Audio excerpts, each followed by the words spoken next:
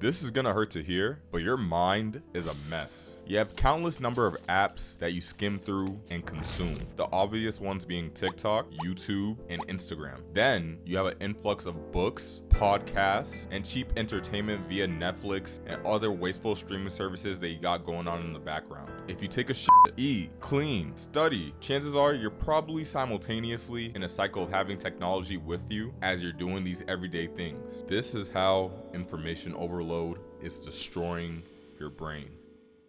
Let me start this by asking you a question, bro. When was the last time you shut everything off and did nothing? Just sat there with your thoughts, stayed still, and just existed and let yourself be. If it's something you have to think about for more than 5 to 10 seconds, then that's a very serious problem. But I don't blame you entirely because we're all stimulated and distracted by thousands of the things we see on the internet. It's gotten so bad to the point to where our brains have literally reached a plateau in our maximum capacity to receive this much information, which unfortunately shows in our lack of ability to, one, think clearly. And now with our short attention spans, we can't focus on important tasks without easily getting bored. When we constantly introduce our minds to new information, regardless if it's educational or not, you don't give your mind enough time to digest what you're trying to ingest it with.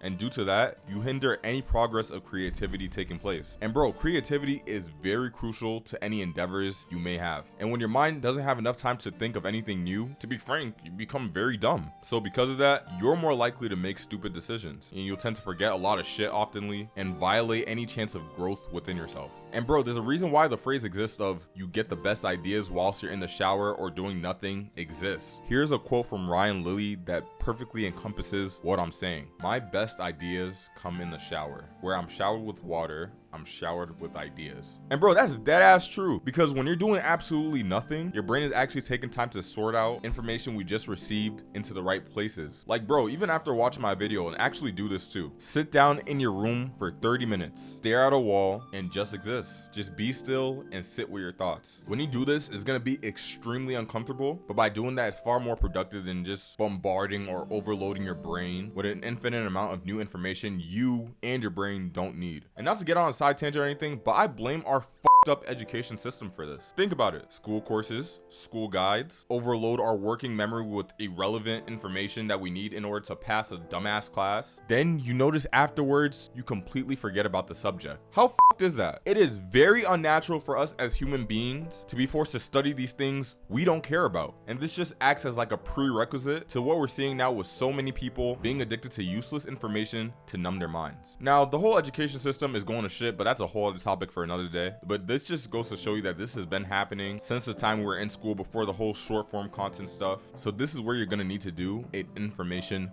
deload. And to put it simply, it's basically where you just consume less shit and do everyday regular mundane tasks like shower, take a doo-doo, sleep, without the presence of your phone. And I'll let you know the urges will come back, so I don't expect you to be perfect, because like the gym, you've progressively overloaded this habit to the point to where you're addicted to information and suffer the consequences from it. So now you gotta lower the weight by deloading the information your brain's exposed to and giving it time to rest and engage with reality more. Because like I said before, sitting down and doing nothing is far more productive than consuming videos like mine. And deadass, you have to do it. Or if you don't, you simply just want to kill off your brain or any slither of potential you could have. And if that's the case and you don't end up doing this and you just look at this video for entertainment, then one, this video probably failed you. And if that's the case and you're not gonna do anything, go watch ARAC or something, because people usually tell you about this information over and over again. For example, delayed gratification, and especially instant gratification, where you're seeing now how this is affecting other areas of your life. For example, the consequences from your actions you probably notice are, again, not being able to remember or think clearly, being very indecisive and poor decision making, not to mention your ability to focus is a disgusting mess and scattered. And now possible objections some will have is like, but I can multitask, I can do both at the same time, Noah. What are you yapping about?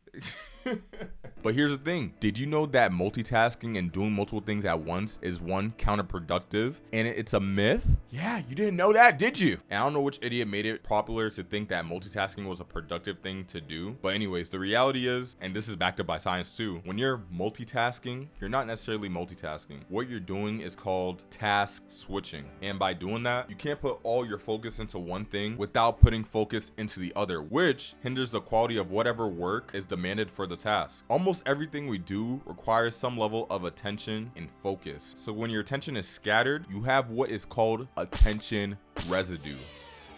This was dubbed and labeled by the author of Deep Work, Cal Newport. And what attention residue is basically every time you jump to a new task, there is a residual thought and energy from a previous focus clogging up your ability to transition into the new subject. So that's part of why you find it hard to completely focus on whatever next task that you have. And again, I do blame schools for this, since they tend to put so many things on your schedule, thinking that all these irrelevant curriculums are going to help you out. But I digress. So if there's any value you can take away from this video, is to go on an attention deload or attention diet, or just stop looking at your screen all day. Stare at your wall and learn to be bored. Just embrace whatever irrelevant or uncomfortable thoughts that pass through your head will probably be, because that's likely to happen, right? Mindfulness meditation helps with that, and I'm not consistent with it, I'm not gonna lie. The way to do this, and there's no like right or wrong way to do it, but the best optimal way from me telling you is to just let your thoughts pass and just acknowledge them and focus back in on your breath. It's that simple. And if you have any irrelevant thoughts, just simply redirect your attention back to your breath. Do this daily, and I promise you, your brain will thank you for it once you give it a break. Do all these action steps we discussed in this video and keep improving, bro or sis. That's all for this video. Don't forget to like, comment, and subscribe, since it does help the community grow larger of ambitious people trying to change their lives. Do that for me real quick. Hit the like button, subscribe, and all that. I'm gonna see you guys. Peace.